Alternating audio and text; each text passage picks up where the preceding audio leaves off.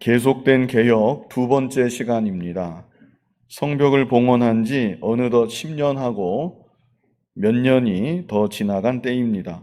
그 사이 느헤미야는 페르시아로 잠시 돌아갔었고 황제를 예방한 후에 예루살렘으로 다시 돌아왔습니다.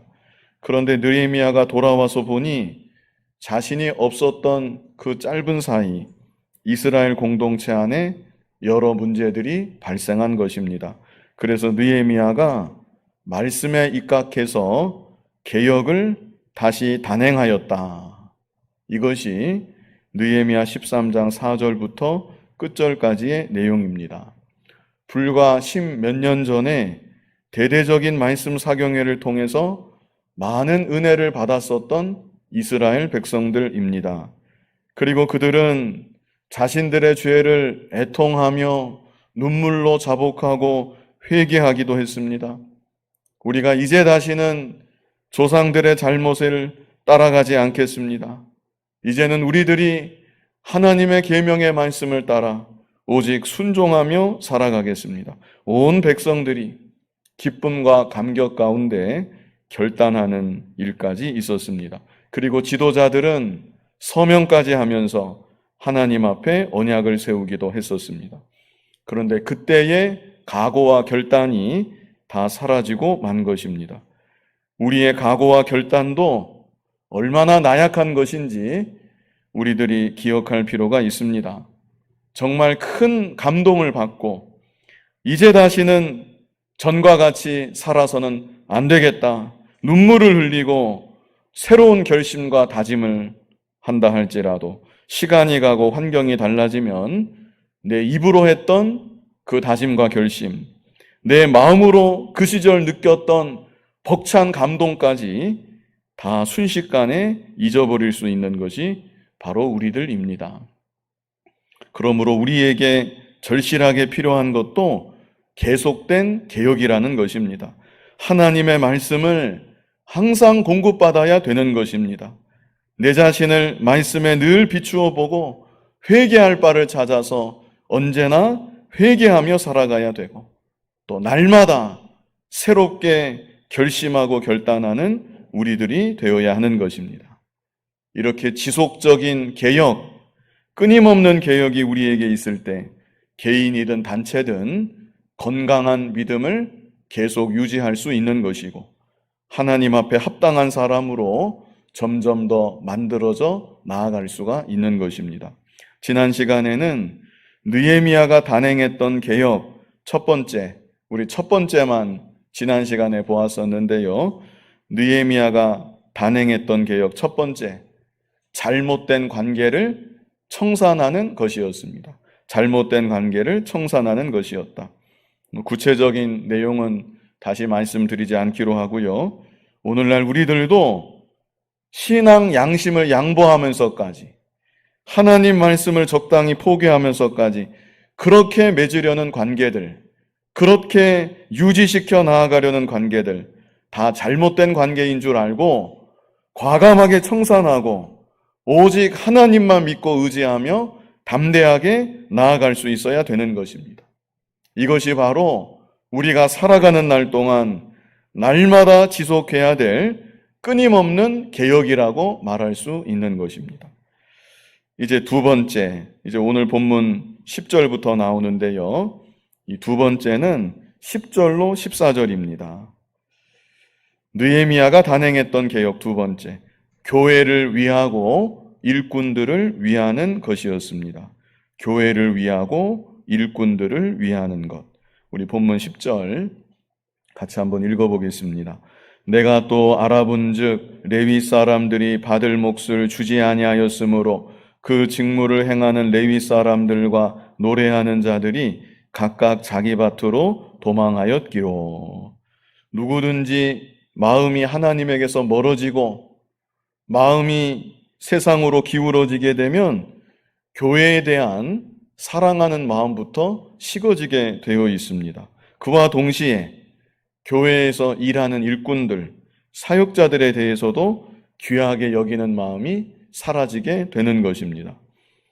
우리 앞에서 보았던 10장 35절을 한번 찾아보시기 바랍니다. 앞으로 2장만 넘기면 있습니다. 10장 35절. 여기 10장 35절을 보시면 다 보고 계시죠? 우리 10장 35절을 같이 읽어보겠습니다. 해마다 우리 토지 소산의 만물과 각종 과목의 첫 열매를 여호와의 전에 드리기로 하였고, 이것이 바로 은혜 받을 때의 마음이고 다짐입니다.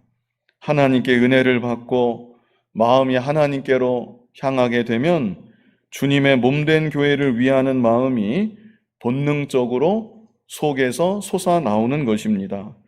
주께서 피 흘려 세우신 교회, 주께서 이 땅에 남겨두신 교회, 이제도 머리 대사 교회를 통해 일하시고 하나님의 나라를 이루어 가시는데, 하나님을 사랑하면 교회를 위하는 마음이 저절로 나올 수밖에 없는 것입니다.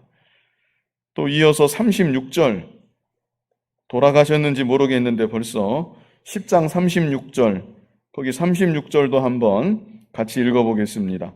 또 우리의 맏아들들과 가축의 처음 난 것과 소와 양의 처음 난 것을 율법에 기록된 대로 우리 하나님의 전으로 가져다가 우리 하나님의 전에서 섬기는 제사장들에게 주고. 하나님을 사랑하면 먼저는 교회를 위하게 되는 것이고, 교회만 위하는 것이 아니라 하나님의 종들을 또한 사랑하고 귀하게 여기게 되는 것입니다. 꼭 귀하게 여길만 해서가 아니라 그 맡아서 하는 일 자체가 너무나 귀하기 때문에, 그리고 그 일을 맡기신 분이 하나님이시라는 것을 믿기 때문에 그 일을 맡은 사람까지도 귀하게 여기게 되는 것입니다. 이것이 바로 된 믿음이고 마음이 세상으로 기울어지지 않았다는 좋은 증거 중 하나라고 할 수 있습니다. 이랬던 이스라엘 백성들이었는데, 우리 10장 35절 36절 본대로 이렇게 하고자 다짐했던 이스라엘 백성들이었는데, 이때로부터 10몇 년이 지나고 하나님 전을 향한 마음이 소홀해지고 말았습니다. 하나님을 향한 마음이 소홀해진 것이죠. 하나님 사랑하는 마음 식어지고 하나님 전을 향한 마음 소홀해지고, 그러다 보니까 하나님 전에서 일하는 일꾼들도 별로 귀하게 여기지 않게 되었습니다. 오늘 본문 10절 우리 다시 보면요, 내가 또 알아본즉 레위 사람들이 받을 몫을 주지 아니하였으므로 그 직무를 행하는 레위 사람들과 노래하는 자들이 각각 자기 밭으로 어떻게 했습니까? 도망하였다. 이 레위인들도 바로 되지 않은 것이지요. 아무리 대접해 주지 않아도, 그래서 생활이 힘들다 해도, 살기 어려운 지경이 되었다 해도 하나님께 구별된 하나님의 일꾼이라면 죽고 사는 문제까지 하나님께 다 맡기고 하나님이 주신 성직인데 끝까지 충성되게 자기 자리를 지키고 잘 감당해야 마땅한 것입니다. 그런데 이 당시 레위 사람들에게도 그만한 믿음은 없었던 것입니다. 그래서 대접해 주지 않으니까, 줄 것을 주지 않으니까 다 하나님 일을 그냥 내려놓고 자기 밭으로 도망가고 말았다는 것입니다. 느헤미야가 그래서 어떻게 했는가? 우리 본문 11절 같이 한번 읽어보겠습니다. 내가 모든 민장들을 꾸짖어 이르기를 하나님의 전이 어찌하여 버린 바 되었느냐 하고 곧 레위 사람을 불러 모아 다시 제자리에 세웠더니, 느헤미야가 꾸짖었습니다. 모든 민장들, 백성의 지도자급에 있는 사람들 불러다가 꾸짖었습니다. 꾸짖으면서 말하기를 하나님의 전이 어찌하여 버린 바 되었느냐. 다시 어렵게 세웠던 하나님의 성전인데 너희가 이 성전을 왜 이렇게 버려두는 것이냐. 이렇게 느헤미야가 엄하게 꾸짖은 것입니다. 그리고 레위 사람을 다 불러 모아서 다시 제자리에 세워두었다는 것입니다. 12절로 13절 같이 읽어보겠습니다.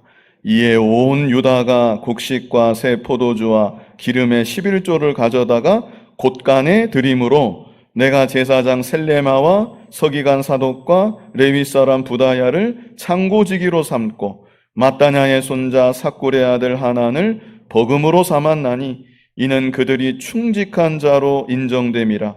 그 직분은 형제들에게 분배하는 일이었느니라. 자, 12절에 온 유다가 비로소 11조를 다시 하나님 전에 바치게 되었다는 것이죠. 그리고 13절에는 적절한 위치에 사람들을 세워서 하나님의 일이 원활하게 진행되도록 하였다는 것입니다.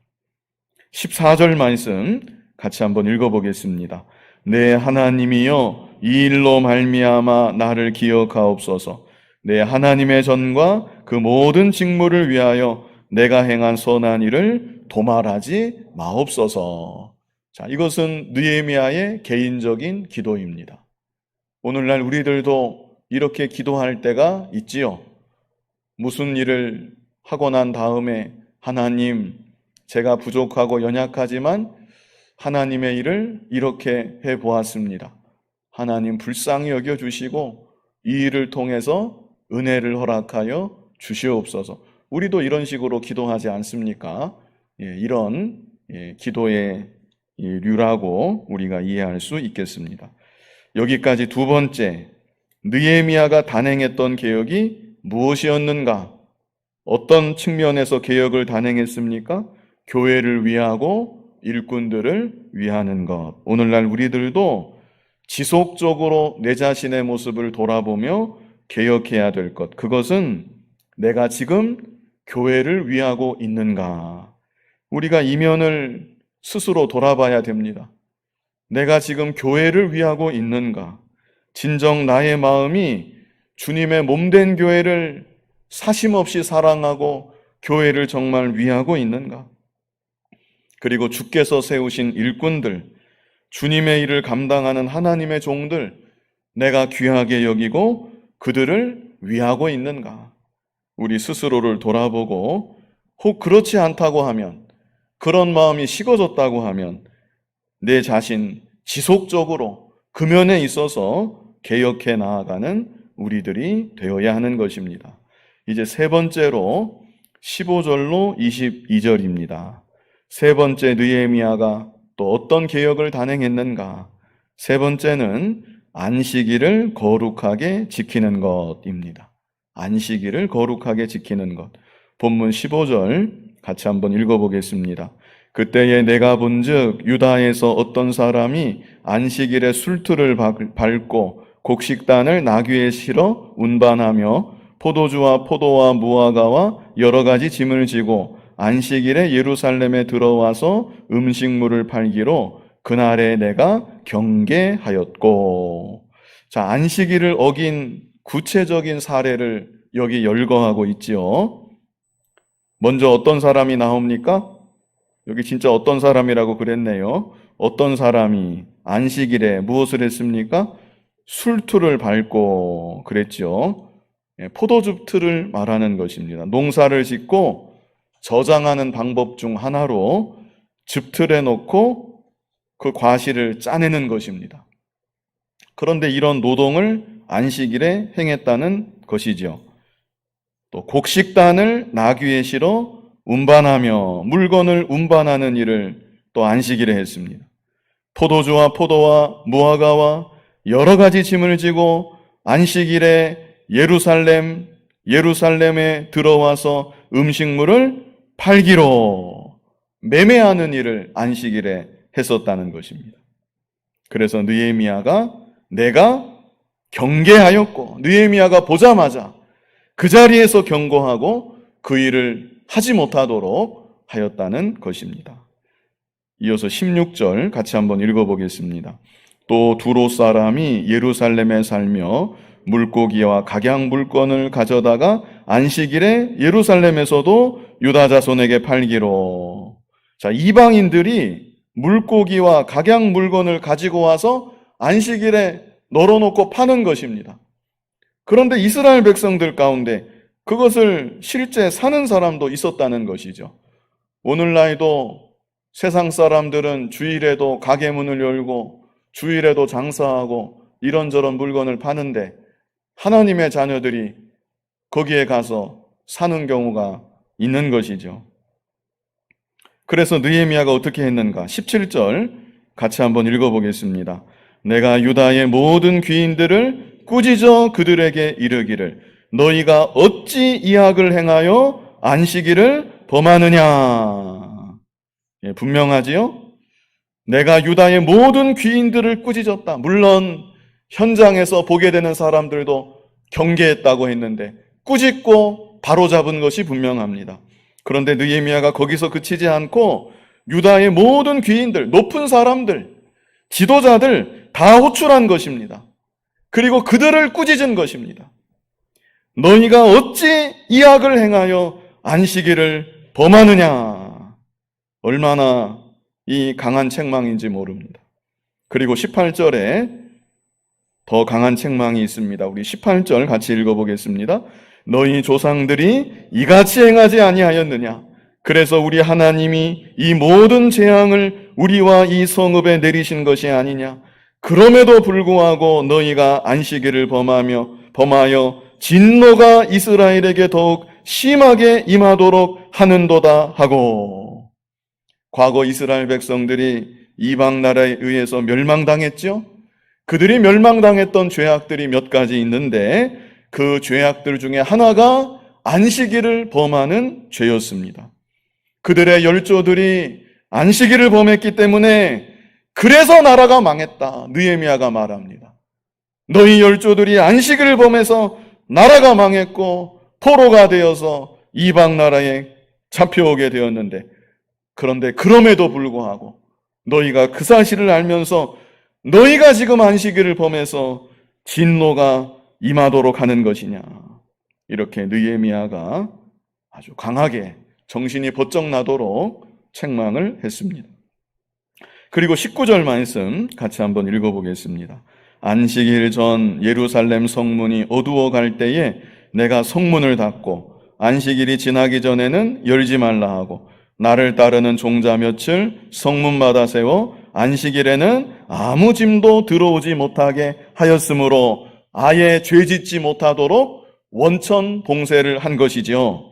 연약한 자가 혹시라도 이럼에도 불구하고 이런 책망이 있었음에도 불구하고 죄를 범할 수 있겠으니까 아예 성문을 닫아버리게 느헤미야가 조치를 했습니다. 게다가 몇 사람을 세워서 성문을 지키게 했죠. 성문들을 지키게 해서 안식일에 아무 짐도 들어오지 못하도록 느헤미야가 하였습니다. 죄 짓지 못하도록 죄를 지을 만한 근거 자체를 아예 차단을 시킨 것입니다. 때로는 우리들에게도 이런 조치가 필요할 때가 있습니다. 죄 짓는 환경 자체를 아예 걷어버리는 것입니다. 죄 지을 만한 요소, 환경 아예 치워버리는 것. 이게 우리에게 필요할 때도 있습니다. 과거 제가 다른 교회에 있을 때 그 송구영신 예배 때 전에도 제가 이런 말씀 드렸던 것 같아요. 송구영신 예배하면서 우리 새해를 맞이하는데 지난날의 죄악들 가지고 가지 맙시다. 철저히 회개하고 우리 죄악을 끊어버리고 새해를 맞이합시다. 그러면서 그 원고에도 없던 말이었는데 술 마시는 분들 술을 이제 끊어야 됩니다. 제가 그렇게 설교를 했었습니다. 그런데 한참 지나서 어떤 분이 저에게 오시더니 목사님, 제가 그날 그 말씀 듣고 집에 가서 집안에 있는 술병들 싱크대에 다 버렸습니다. 다 쏟아부었습니다. 그리고 지금까지 술을 입에도 대지 않고 있습니다. 저는 그분이 술 드시는 것도 몰랐는데 그분이 저에게 그렇게 와서 고백하신 일이 있었습니다. 그분도 술병을 보게 되면 다시 마시고 싶겠으니까 아예 술병들을 다 쏟아 부어 버렸던 것입니다. 이렇게 주변에 죄 지을 만한 환경, 죄 지을 만한 요소들 싹 제거해 버리는 것, 정리하는 것, 그것이 우리들에게도 때로는 필요하다는 것입니다. 이어서 20절 말씀 같이 한번 읽어보겠습니다. 느헤미야가 이렇게 조치를 했는데 20절 같이 읽어보겠습니다. 장사꾼들과 각양 물건 파는 자들이 한두 번 예루살렘 성 밖에서 잠으로, 참 대단한 사람들입니다. 문을 아예 닫아버리니까 예루살렘 성 밖에서 밤을 지새다가 잠을 자는 것입니다. 아마 혹시라도 성 밖에서 팔 기회가 있지는 않을까? 또 안식일 지나자마자 문 열리면 바로 들어가서 팔려고 하는지 이렇게 바깥에서 잠자는 자들이 있었습니다. 느헤미야가 이들에 대해서 어떻게 했는가? 21절 같이 읽어보겠습니다. 내가 그들에게 경계하여 이르기를 너희가 어찌하여 성 밑에서 자느냐? 다시 이같이 하면 내가 잡으리라 하였더니 그 후부터는 안식일에 그들이 다시 오지 아니하였느니라. 아예 싹 자체를 다 잘라버린 것입니다. 안식일을 거룩히 지키는 게 너무나 중요하겠기 때문에 이들도 역시 경계하고 너희가 어찌하여 여기서 자느냐? 다시 이렇게 하면 내가 잡으리라. 처벌하겠다고, 이 형벌을 내리겠다고 말을 했고, 그래서 그 후부터는 다시는 그들이 오지 아니했다 말씀하고 있습니다. 22절 같이 한번 읽어보겠습니다. 내가 또 레위 사람들에게 몸을 정결하게 하고 와서 성문을 지켜서 안식일을 거룩하게 하라 하였느니라. 내 하나님이여 나를 위하여 이 일도 기억하시옵고 주의 크신 은혜도로 나를 아끼시옵소서. 특별히 레위 사람들은 몸까지 정결하게 하고 성문을 지켜서 안식일을 특별히 거룩하게 하라고 명하였습니다. 이것은 구별된 하나님의 일꾼들 더욱 철저히 안식일을 지켜야 될 것을 우리에게 알게 하여 주는 것입니다. 일반 백성들은 혹 부족함이 있을 수 있습니다. 그러나 하나님께 성별된 하나님의 일꾼들만큼은 주변 세태에 조금도 휩쓸리지 말고 누구보다 앞장서서 안식일을 기억하고 더욱 거룩하게 지키며 살아가야 되는 것입니다.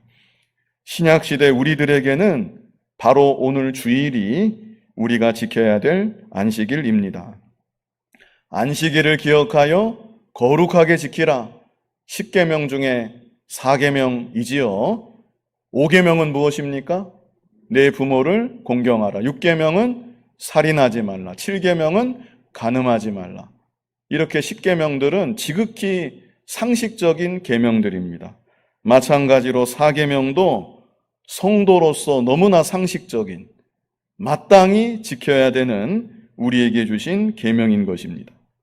거룩한 주일, 다른 날 행하던 세상적인 모든 일들을 다 내려놓고 교회로 모여서 하나님을 종일토록 예배하고 하나님께 영광을 돌리고 하나님께서 주시는 신령한 은혜와 복을 받아 누리며 천국의 안식을 맛보며 이 날을 우리가 지내야 되는 것입니다.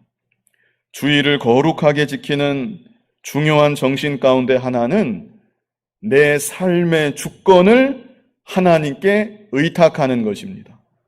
내 삶의 주권을 하나님께 의탁하는 것이다. 11조 드리는 것은 내 소유의 주권을 하나님께 의탁하는 것입니다. 내 소유의 주권, 물질의 주권, 하나님께 있다는 것을 고백하고 하나님께 10분의 1을 바쳐드리는 것, 그것이 11조입니다. 주일을 거룩하게 지키는 것은 내 시간의 주권, 내 삶의 주권, 하나님께 있습니다. 고백하면서 7일 중 한 날을 하나님께 온전히 바쳐드리는 것입니다. 더 쉽게 말하면 나는 하나님의 은혜로 살아가는 사람입니다. 나는 하나님의 지혜로 살아가는 사람입니다. 나는 이 세상 가운데, 이 복잡한 세상 가운데 다른 것이 아니라 하나님의 도우심으로 살아가는 사람입니다. 나는 이 불신 세상 가운데 전능하신 하나님의 능력의 역사로 살아가고 있는 사람입니다. 이렇게 믿고 고백하는 것이 주일을 지키는 중요한 정신 중에 하나입니다. 성도로서 너무나 중요한 믿음의 고백인 것이지요. 그러나 내 삶의 주권이 하나님께 있다는 것을 온전히 고백하지 못하면 이날 하루 온전히 하나님께 바쳐드리는 것이 쉽지가 않은 것입니다. 가령 학생들로 말하면 내가 그래도 예배 드리고 예배 중간에 학원에 가서 공부를 좀 해야 남들에게 뒤처지지 않고 경쟁에서 살아남지 않겠는가. 장사하는 분들로 말하면 내가 그래도 예배 중간중간에는 가게 문을 열고 장사를 해야 이 어려운 시국에 굶어 죽지 않고 자녀들을 양육하지 않겠는가. 이것이 다 자기 자신이 자기 삶을 주관하겠다는 것입니다. 내가 스스로 내 삶을 통제하겠다는 것이고 내가 내 힘으로 살아보겠다는 마음인 것입니다. 우리는 말씀하신 대로 6일 동안 하나님께서 우리에게 주신 날인데 6일 동안 최선을 다해서 일하고 이날 하루 하나님께 온전히 바쳐드리며 하나님께 다 맡기면 되는 것입니다. 하나님께서 친히 다스려 주십니다. 내 생명을 하나님께서 주관해 주시는 것처럼 하나님께서 나의 삶을 주관해 주시고 나를 통해 이루고자 하시는 하나님의 뜻, 모든 것을 아낌없이 다 이루어 주실 수 있다는 것입니다. 앞으로 세상은 이 주일 지키기 점점 어려운 세상이 되어질 수밖에 없습니다. 지금도 주일을 얘기하고 주일을 성별해서 거룩히 지켜야 된다고 말하면 이거 무슨 율법주의인 것처럼 매도하고 잘못 믿는 것처럼 말하는 그런 분위기가 교회 안에서도 점점 커지는 그런 안타까운 상황이 되었습니다. 그러나 우리는 이러한 때 주일을 거룩하게 지키기를 결심해야 되고 주일의 거룩함을 훼손시키는 다른 날과 똑같은 날로 만들어버리는 그런 세상 풍조에 휩쓸리지 말아야 됩니다. 사실 우리들이 이날 하루 온전히 거룩하게 보내고 하나님께 드린다는 것은 사실상 거의 불가능한 일입니다. 늘 드리는 말씀이지만 원수까지 사랑하라 하셨죠? 원수까지 사랑하라. 원수까지 사랑하십니까? 자기 가족도 사랑 못하는 경우가 있지는 않으십니까? 주일 성수도 마찬가지입니다. 주일날 매매하지 않는 것, 그것은 지극히 작은 일부이고 주일날 예배드리고 나서 집에 가서 부부싸움 했다? 그거 주일 거룩하게 지켰다고 말할 수 없는 것입니다. 천국의 안식을 맛봐야 되겠는데 마음이 불안하고 초조하고 세상 근심에 쌓여서 이날을 보냈다. 주일을 거룩하게 보내지 못한 것입니다. 이렇게 우리들이 다 연약해서 주일을 아무리 지킨다고 하고 거룩하게 보낸다고 말할지라도 온전히 거룩하게 보내기는 사실 쉽지 않다는 것입니다. 그러나 그럴지라도 하나님께서 계명을 통해서 명하셨지요? 거룩하게 지키라고 하나님의 백성된 표라고 했습니다. 주일을 귀하게 여기고 이날을 거룩하게 지키는 것, 세상 사람들이 주일을 알겠습니까? 이것이야말로 천국 백성된 표다. 이렇게 우리에게 말씀해 주셨는데 우리가 좀 더 이날을 구별하고 좀 더 거룩하게 지키기를 결단하고 이 세상 살아가는 날 동안 주일을 더욱 거룩하게 지키는 내 자신으로 점점 더 개혁해 나아가는 우리들이 되어야 하는 것입니다. 마지막 네 번째는 이방인들과 결혼하지 않는 것입니다. 이방인들과 결혼하지 않는 것. 주일 밤 예배만 해도 벌써 여러 번 제가 말씀드렸던 주제인 것 같습니다. 또다시 같은 맥락의 말씀이 제가 억지로 이 말씀 드리지는 않았던 것 같은데 성경 강해하면서 나왔기에 제가 이 말씀을 여러 번 드렸던 것 같은데 오늘 본문에도 똑같은 맥락의 말씀이 또다시 이렇게 기록되어 있습니다. 느헤미야가 단행했던 개혁 가운데 포함되어 있을 만큼 참 중요한 주제라고 하겠습니다. 이방인들과 결혼하지 않는 것. 본문 23절 같이 한번 읽어보겠습니다. 그때에 내가 또 본즉 유다 사람이 아스돗과 안몬과 모압 여인을 맞아 아내로 삼았는데 이방 여인들을 맞아서 결혼했다는 것이죠. 이러기가 쉬운 것입니다. 믿는 남자들이 이렇게 하기가 쉽습니다. 자칫 잘못하면. 성경에 그래서 계속 나오는 것입니다. 24절 같이 한번 읽어보겠습니다. 그들의 자녀가 아스돗 방언을 절반쯤은 하여도 유다 방언은 못하니 그 하는 말이 각 족속의 방언이므로 이게 큰 문제입니다. 이들의 불신 결혼이 정말로 큰 문제였다는 것을 여실하게 드러내는 구절입니다.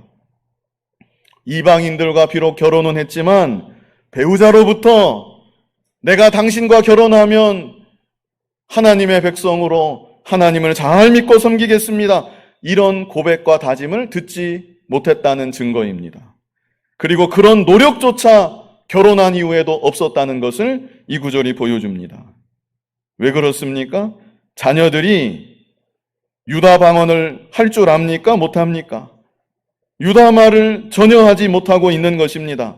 하나님 백성이 되겠다는 마음 자체가 이방 아내에게 없었다는 것이고, 그런 모습을 보고 있으면서도 이스라엘의 가장들이 아무런 조치도 취하지 않았다는 것입니다.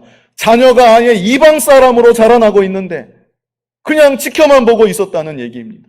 이게 얼마나 심각한 문제입니까? 한 세대만 가면 이스라엘의 정체성은 무너지게 되는 것입니다. 그래서 느헤미야가 어떻게 했는가? 25절 같이 한번 읽어보겠습니다. 내가 그들을 책망하고 저주하며 그들 중 몇 사람을 때리고 그들의 머리털을 뽑고 이르되 너희는 너희 딸들을 그들의 아들들에게 주지 말고 너희 아들들이나 너희를 위하여 그들의 딸을 데려오지 아니하겠다고 하나님을 가리켜 맹세하라 하고, 느헤미야가 얼마나 속이 상했는지 모릅니다. 그래서 어떻게 했습니까? 내가 그들을 책망하고 그 다음엔 또 어떻게 했어요? 저주하며 그들 중 몇 사람은 때리기도 하고 그들의 머리털을 뽑기도 하고, 그러면서 말하기를 다시는 불신결혼 시키지 말라는 것입니다. 그리고 하나님 앞에서 맹세해라. 느헤미야가 얼마나 속상해서 이렇게 조치를 취했다는 것입니다. 26절 같이 한번 읽어보겠습니다. 또 이르기를 옛적에 이스라엘 왕 솔로몬이 이 일로 범죄하지 아니하였느냐?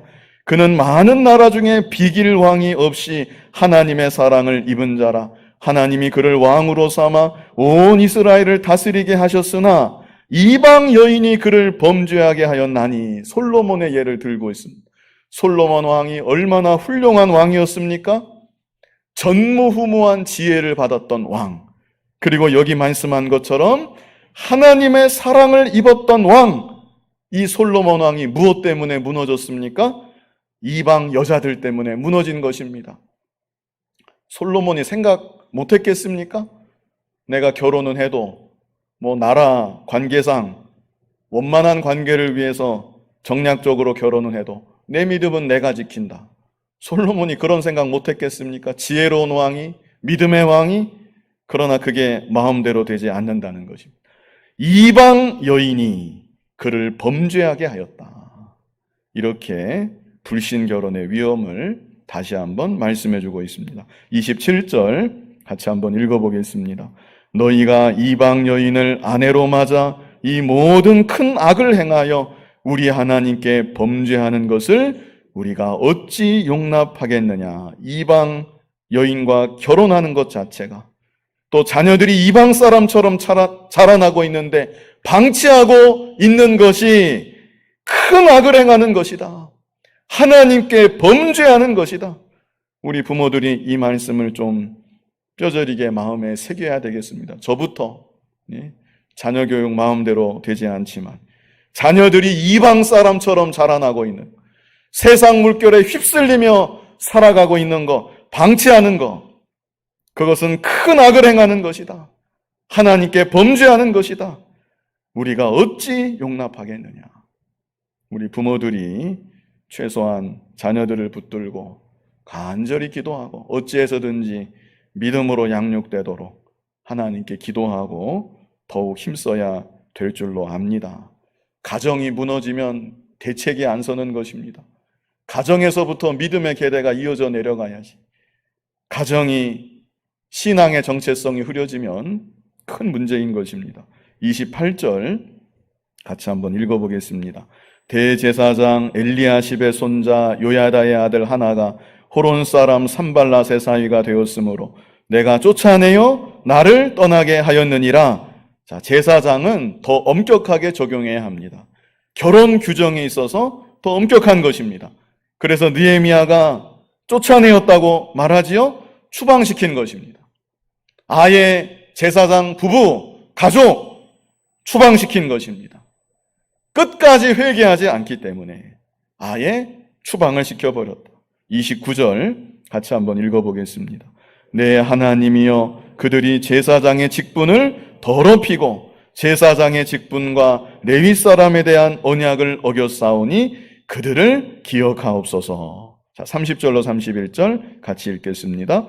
내가 이와 같이 그들에게 이방 사람을 떠나게 하여 그들을 깨끗하게 하고 또 제사장과 레위 사람의 반열을 세워 각각 자기의 일을 맡게 하고 또 정한 기한에 나무와 처음 익은 것을 드리게 하였사오니 내 하나님이여, 나를 기억하사 복을 주옵소서. 그래서 이 불신 결혼, 이것이 얼마나 큰 죄악인지 우리가 알고 마음속에 잘 새겨야 되겠습니다. 불신 결혼하는 일이 없도록 우리 기도해야 되겠고요.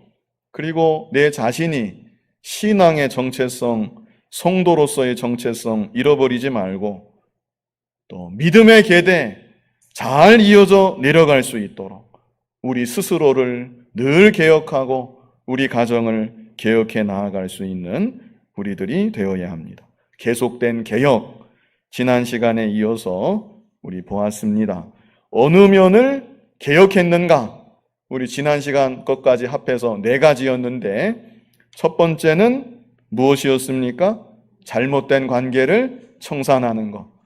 세상에 살아가면서 잘못된 관계, 신앙 양보하고 말씀 양보하고 맺어지는 관계, 이어져 가는 관계, 그 관계를 다 청산했다. 이게 바로 개혁입니다. 두 번째는 어떤 면이었습니까? 교회를 위하고 일꾼들을 위하는 것. 이 세상 살아가면서 우리 마음이 항상 주님의 몸된 교회를 향하고 교회를 위하는 마음이 되어야 하고 일꾼들도 위하는 마음이 되어야 하고 그렇게 우리 자신을 돌아보고 계속해서 개혁해 나아가야 된다는 것입니다. 세 번째는 무엇이었습니까? 안식일을 거룩하게 지키는 것.